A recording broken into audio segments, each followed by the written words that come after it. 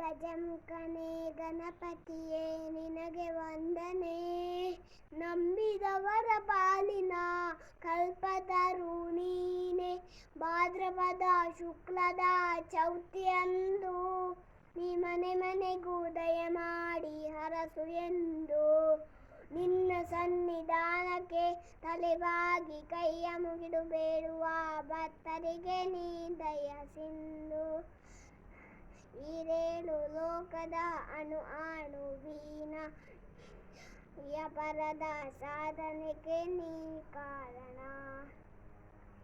ನಿನ್ನದೊಮ್ಮೆ ನೋಟದ ಒಂದು ಹೊನ್ನ ಕಿರಣ ನೀಡಿದರೆ ಸಾಕಯ್ಯ ಜನ್ಮ ಪಾವನ.